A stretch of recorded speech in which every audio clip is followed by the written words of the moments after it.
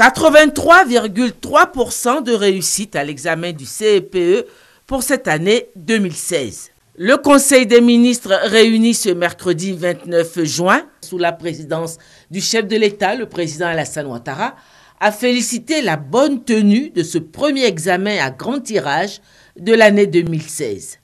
Le Conseil a adressé ses félicitations à la direction régionale de Diokoué, qui enregistre le taux de réussite le plus élevé, 93,3%. Le Conseil s'est également réjoui de la bonne organisation de cet examen, qui a bénéficié de la mobilisation de nos partenaires au développement, mais qui dénote également d'une bonne utilisation des technologies de l'information et de la communication. La participation de la Banque africaine de développement à plusieurs projets de développement en Côte d'Ivoire, dont la construction du 4e pont d'Abidjan qui va relier Yopougon au plateau, a été examinée au cours des assemblées annuelles de la BAD, tenues du 23 au 27 mai dernier à Lusaka, en Zambie. Le Conseil des ministres de ce mercredi 29 juin a examiné à son tour les décisions prises à Lusaka. Durant ces assises, le portefeuille des projets avec le groupe BAD a été revu.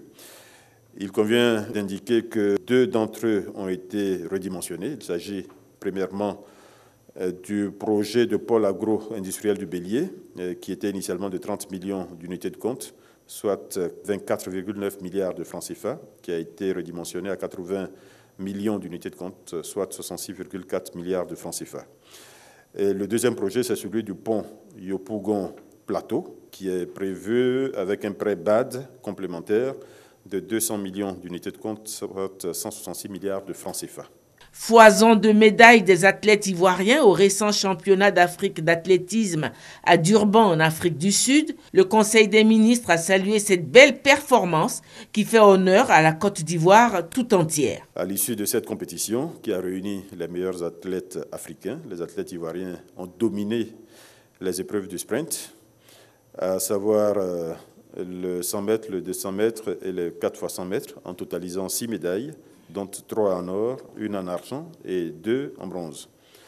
L'athlète Muriel Aouré, médaille d'or, détient désormais le record d'Afrique de 100 mètres, ainsi que la meilleure performance mondiale de l'année 2016. Je pense qu'il est bon de le relever. Le sprinter Meïté Ben Youssef, médaillé d'or, a établi un nouveau record de Côte d'Ivoire du 100 mètres, et est le premier athlète ivoirien à avoir réalisé une performance sur cette distance en dessous des 10 secondes. C'est là aussi très remarquable. Le Conseil s'est réjoui de ces performances, adresse ses vives félicitations aux athlètes concernés ainsi qu'à l'encadrement technique.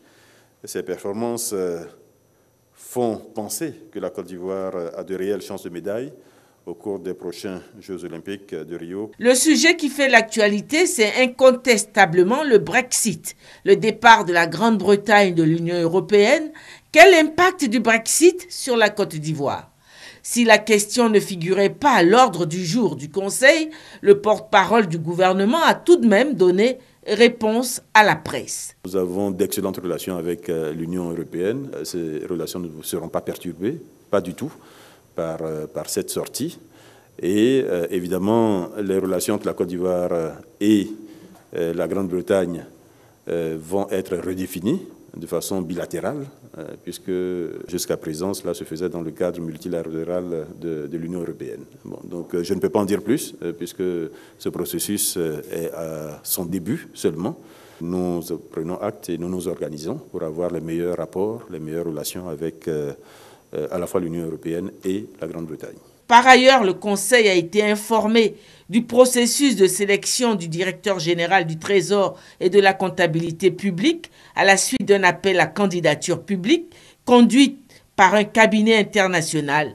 Sur 39 dossiers de candidature, M. Assaoré Conan Jacques, actuel directeur général adjoint, a été désigné au poste de directeur général.